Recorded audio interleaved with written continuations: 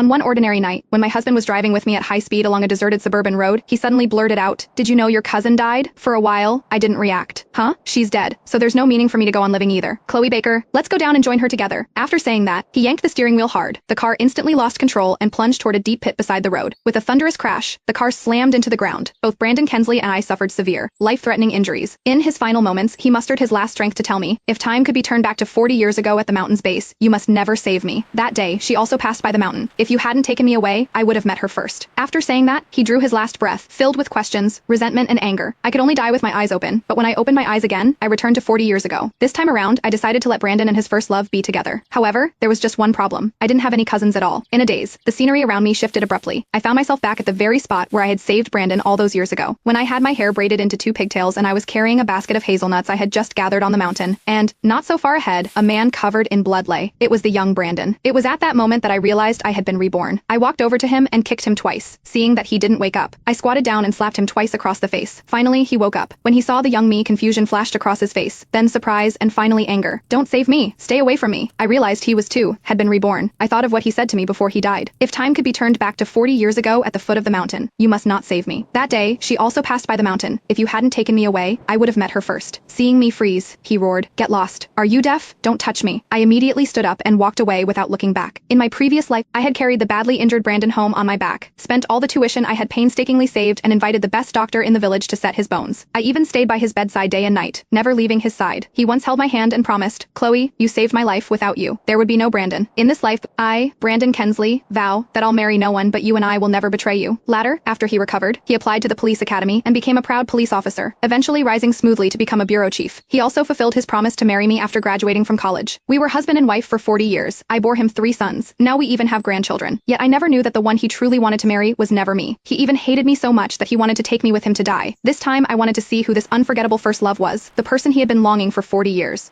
I walked to a spot where Brandon couldn't see me and hid behind a large tree. From this angle, I could see him clearly. After waiting for ages, someone finally passed by. The person had long hair that coiled atop her head, a pair of bright, watery eyes, and a small face that was so tender, it looked like water could be squeezed out of it. It was Taylor Johansson, my next door neighbor. As soon as Brandon saw her, his whole body started to squirm, so I knew it was her. In my previous life after I brought him home, Taylor had come by once, so I never expected that just that one visit would make him pine for her for 40 years. When Taylor passed him by, she only glanced at him before continuing her walk. Brandon panicked. "Miss, please save me? I'll repay you generously." At the promise of a reward, Taylor finally halted her steps. "If I save you, how much will you give me? My family is very wealthy. If you are willing to save me, I can give you $450. In the 1980s, $450 was an enormous temptation for our poor little mountain village. Taylor's eyes lit up.